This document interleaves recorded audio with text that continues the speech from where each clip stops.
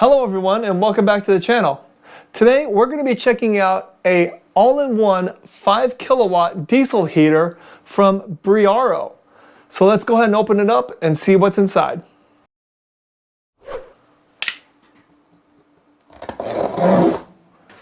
Alright, and when we open it up, it looks like we're just going to be grabbing onto these handles and dropping the box. Okay. Couple of pieces of styrofoam covering the unit. It's all wrapped up in bubble wrap, which is good. We also have a user's manual and a box of accessories and pipes and such like that. All right, and here's what you get when you open your diesel heater. Okay, they're right here, which is kind of nice. It's actually like a fuel gauge, so you'll be filling your diesel heater from this cap right here. This is the tank. And you can actually see the liters and the percentage of remaining fuel from these gauges right here. There's also a couple of clips, so we'll be able to remove this whole case. All right, the front, there is the control screen with the attached remote right here. And this is the out port for the heat. On this side, you'll also see the same as the other. It has the fuel gauges, and you'll be able to see your fuel supply. That's always nice to see because that means no matter what side you're looking at, you can see how much fuel you have left. And then on the back, we have, it just says name diesel heater, fuel, diesel, model ZP-L5000. The 5000 probably stands for a 5 kilowatt heater. Rated voltage is 12 volts, 40 watts. And then heating power, 5 kilowatts. And then we also have, this is the hot air, I guess this is the cold air intake for the air that's going to be heated. And then also we have all the wiring right here to wire it to a 12 volt source. You can see that the wires are just bare wires, so you will need to connect your own connections. All right, the top just has a little warning sticker on here, and then the fuel cap and 2 handles. And then the bottom has your fresh air intake right here and your exhaust. And also this green line right here is your fuel line. Let me go ahead and pull everything out of this box and I'll tell you exactly what everything is. Okay, the accessories that come with your diesel heater are going to be the exhaust pipe right here. And it's going to include a muffler or a silencer and the hardware to attach this to the muffler and attach it to like the wall or whatever you want to attach it to. It also comes with the fresh air intake and a fresh air intake filter. Now I say this is a filter, but all it is a piece of plastic with a bunch of small holes all over it. So it doesn't really filter anything like dust or anything. It will just filter like if like very large bugs or sticks or something like that get sucked in. This is your hot air outtake hose. It's only like about 15 to 20 inches long, and it does have like a vent on there so you can turn the direction of the air coming out. And then here are all your connections for all your hoses and pipes. Here's 2 larger clamps for the fresh air, the hot air outtake. And then we have 4 smaller hose clamps. 2 are going to be for your hot air and 2 are going to be for your cold air intake. And then here are a couple of clips to hold the pipes. And then here are some screws to be able to attach your diesel heater to your structure. So if you're thinking about getting a diesel heater and then all of a sudden you're looking at all this and you're like, whoa, that seems like a project. It's not. It's super easy. It's just connecting 2 pipes to the bottom. Your fresh air outtake pipe right here. And the hardest part will be connecting your power source. But I will show you exactly what you need for that as well. Also, another thing about these diesel heaters is that when you're connecting your pipes to the bottom, these are built to not give you enough room for these to actually come out the bottom. You know what I mean? So you're either going to have to cut a hole into the structure that you're putting it on, or you're going to have to raise this up because this exhaust pipe right here is going to get very hot, as in 260 degrees Fahrenheit kind of hot. So it will burn all wood and it will melt all plastic. So remember that. All right, so I'm gonna go ahead and put all this piping onto the unit, and then we'll go ahead and put some ring terminals on the power source so we can connect it to a 12-volt battery. And actually first, because of the fact that these are, you know, they're only like $120. And they used to be, like if you get an American-made one, they can be 10 times that. So I recommend opening this up and checking all of your connections to make sure you don't have loose fuel lines or you don't have anything that might, I don't know, might go wrong. Because you are working with a diesel fuel, so you don't want that leaking out, and you just don't want there to be any issues. So let's go ahead and pop this open and check out the inside. All right, and with this unit, you'll have to take off the 4 clips at the bottom, and there are 4 screws that you'll have to unscrew as well. You'll also have to take the top of it, you'll also have to take the cap off, and then it should just lift right off. All right, and also when I took the fuel cap off of the fuel tank, it does come with this little screen right here. So this is actually a nice little added feature. It kind of pre-screens the fuel before it goes in. Okay, and also when you do take the case off, this does feel like it's very, very loose. But that's what the case does, is it kind of solidifies the whole unit. So don't be too concerned that this thing is very loose inside, like the fuel tank and everything like that.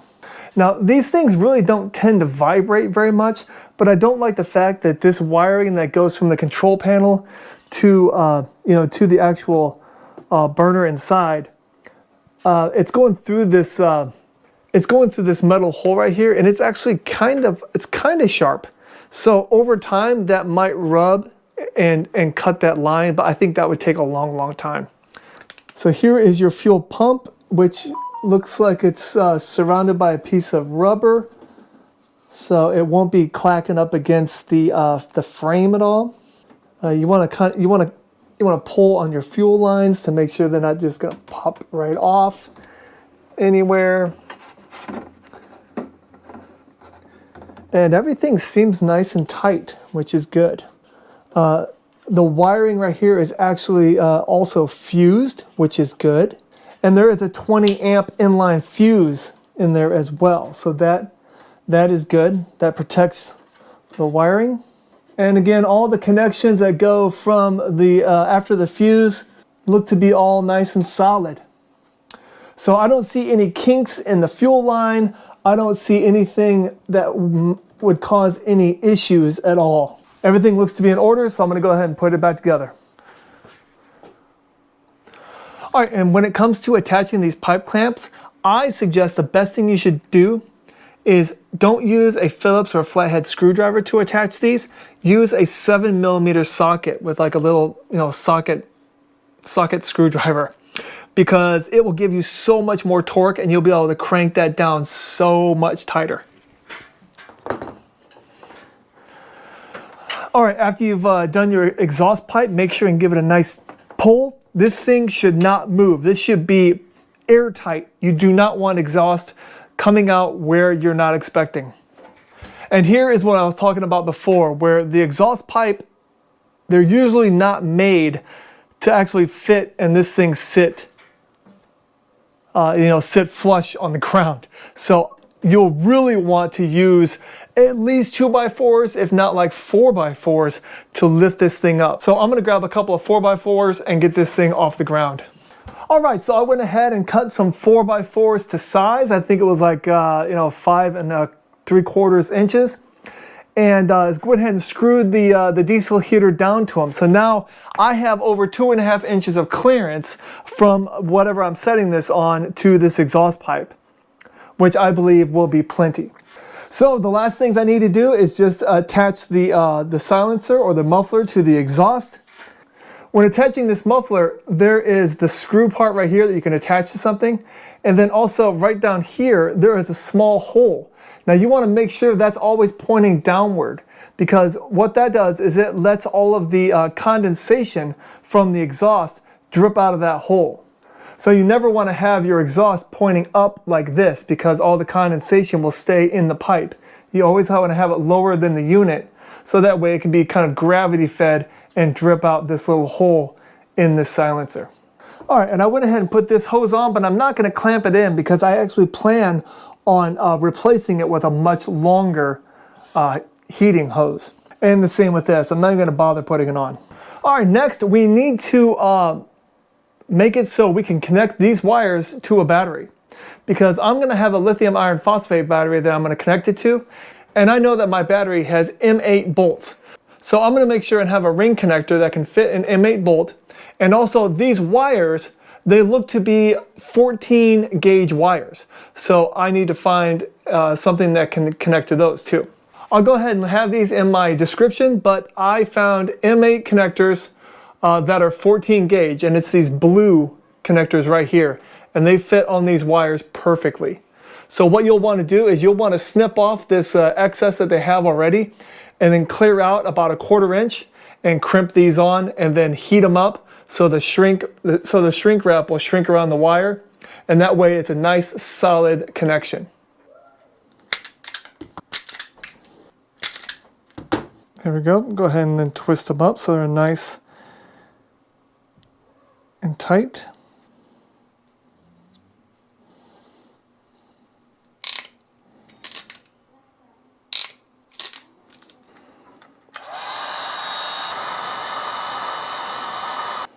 All right, perfect. All right, I filled the diesel up to a little over 25%, and I'm gonna go ahead and connect the battery now. Since I put these M8 connectors on here, it'll make it nice and easy. And once I connect it, it should turn on, but it won't start. It's connected up, and the screen is on.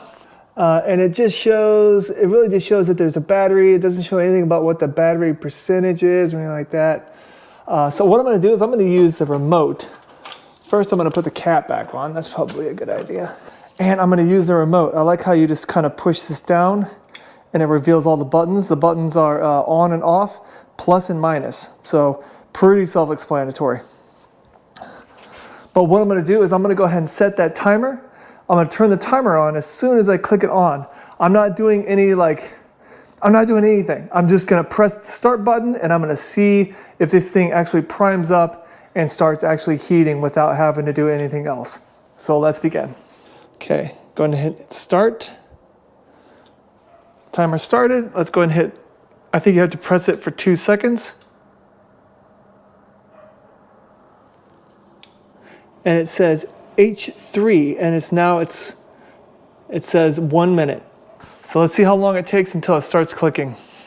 All right, it's been 1:11. Let's go ahead and pull up the Redodo app. That's the battery that we have it connected to, and the stated charge of that battery is at 80%. You can see that the power draw right now is, well, it was at 9 watts, but now it's at 100 watts. And you can now hear the pump starting to click. So it took about 1.5 minutes for the pump to start clicking, maybe 1 minute and 20 seconds. But the power draw is 7.8 amps, and there is air blowing out of here, but it is cool air, nothing hot. All right, the pump is actually starting to ramp up a little bit. And I'm not sure if I said this before, but it was on H3, which is like the 3rd gear. I believe it goes 1 through 6. On the screen, it does show that the glow plug is a red color, and it does show the fan. All right, the glow plug is actually turned off on the screen, and I noticed that the Redodo is only drawing around 1 amp now, 1 to 2 amps. And it's starting to kick up a little bit. The air is getting a little bit warmer. It's been 3 minutes and 45 seconds. And it's really starting to kick up now. 4 minutes. And the air is warm. It's not hot by any means, but it's a lot warmer than it was just a minute ago. All right, it is actually blowing out some decent air now. Again, the current, we're only using about 55 watts right now from our battery. It's basically dancing between like 3 and 4 amps. But on the app, it says that it can do this for about another 28 hours. All right, and it seems like it's kind of slowing down. It's 6 minutes and it's actually slowing down a little bit. I mean, the air is still really hot, but why is it slowing down? Let's go ahead and use the remote and hit the plus sign. I just went from H3 to H4, H5, H6. All right, here's H6 right here. And that is the highest speed it'll go. All right, here is what I see through my thermal camera. It looks like this vent right here is around 160 degrees. The exhaust, yeah, look at the exhaust. The exhaust is 340 degrees. That is hot. That is what I was talking about earlier. You do not want to set that. You don't want to set that on wood. You don't want to set it on your tailgate, anything like that. It will melt or burn anything that it touches. Let's see if we can look inside here and see what we're getting. All right, inside there, we are looking at 360 degrees on the very inside of the heater. And let's see my hand. Let's see my hand like heat up. Whew, man, it's getting real hot. Wow, yeah. If we like point it towards the ground here, let's see if we can actually see the ground heat. Oh, look at that. You can actually see, you can watch the ground heat up. That's pretty neat. I don't know why I think that's neat, but that's pretty neat. Yep, look at that. Yeah, so this thing is cooking now. We're definitely on high. Let's go all the way back to low and see what kind of temperatures we're looking at there. All right, we set it back to H1. And this thing's been running for 9 minutes and 50 seconds. And it should you should start to notice the fan start to ramp down. All right, the inside of that thing is still, I mean, it is still 370 degrees. The exhaust, you know, we're looking at 312, 313 degrees Fahrenheit. This thing is hot. It's real warm. I mean, even on low, man, I got my hand a foot away, and it's still, I mean, I can't keep my hand there for more than you know, a couple of seconds before it just gets too hot. Let's see this, 180 degrees Fahrenheit on this piece right here. Yeah. Yeah, you can see my fingerprints when I'm leaving it.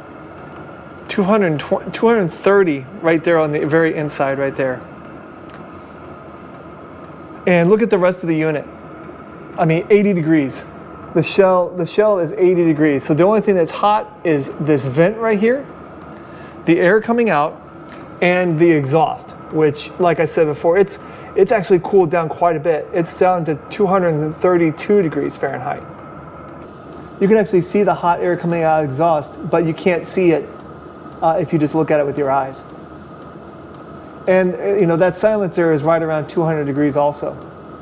And right now it is around 50 degrees outside. So this air does feel nice and warm. Yeah, look at my hand, how my hand is, look at that. I mean, ow, ow, ow, ow, ow, ow, okay. Yeah, look, that's crazy. You can see how warm it is. It's like heating up all the hairs on my arms. The air is nice and dry, which I really like. It's not like a buddy heater or something like that just heats the air, you know, heats the moisture of the air. This actually blows out dry heat, and that's what makes these so nice. All right, this thing's been running for about 25 minutes. I went ahead and just restarted the timer, because what I want to do now is I want to see how long it takes for, once you press the off button, how long it takes for this thing to actually shut down completely. Because everything says you do not want to disconnect the power while this thing is running, because it will severely damage this unit. I think it will just make the carbon inside, I guess, just build up really bad. So if you do that, you're basically, you're really gonna diminish the amount of heat, and I think there's gonna be a lot of black smoke the next time you use it, just everything. So you always wanna shut it down. So let's go ahead and press the off button until this says off, and then I will hit the start button on here, and we'll see how long it takes. All right, it says off, timer is set. All right, it's been 30 seconds and the fuel pump has stopped. There still is air blowing out of here. It's very light air, and it's hot, and the air is really hot.